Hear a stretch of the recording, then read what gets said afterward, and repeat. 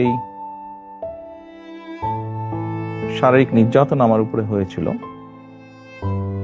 তারপরে চিকিৎসার জন্য আমি এই দেশে আসি। আমি যখন এখানে আসি, আমার ভাইকে আমি রেখে এসেছিলাম, ছোট ভাইকে। আমি যখন এই দেশে আসি, আমার সুস্থ মাকে আমি রেখে এসেছিলাম। একটি ঘর রেখে এসেছিলাম, যেই ঘরে আমি এবং আমার ছোট ভাই বড় হয়েছি, যেই ঘরে আমার বাবার স্মৃতি ছিল, যেই ঘরে আমাদের দুই ভাইয়ের সন্তানরা জন্মগ্রহণ করেছিল,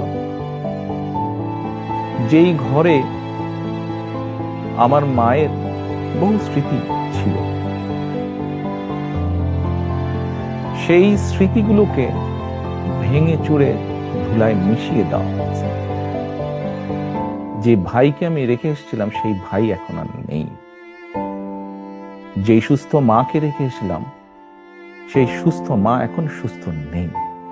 শুধু অসুস্থই নন, ওনার উপরে মানসিক এবং শারীরিক নির্যাতনও করা হয়েছে। আমি আমার পরিবারের যে কাহিনী আপনাদের সামনে তুলে ধরলাম,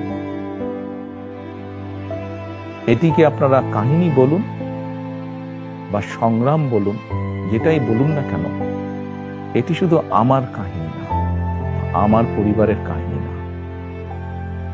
এরকম কাহিনী বাংলাদেশের শত না, হাজার হাজার পরিবার, বা যেই পরিবারের বাবা, যেই পরিবারের ভাই, যে পরিবারের স্বামী, তার ঘর বাড়ি ধ্বংস করে দেওয়া হয়েছে, হ্যান্ডকাফ করা অবস্থায় হাসপাতালের বারান্দায় মারা গিয়েছে, তা না হলে হ্যান্ডকাফ করা অবস্থায় জেলের ভিতরে মারা গিয়েছে,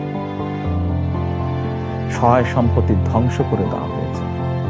এই সকল অন্যায়, এই সকল হত্যা, এই সকল নির্যাতনের জন্য যারা দায়ী, যারা এসবের হুকুম দিয়েছে, তাদের প্রত্যেকের বিচার হতে হবে। এটি প্রতিশোধের কোনো বিষয় নয়, এটি ন্যায়ের কথা, এটি আইনের কথা। অন্যায় হলে তার বিচার হতে হবে।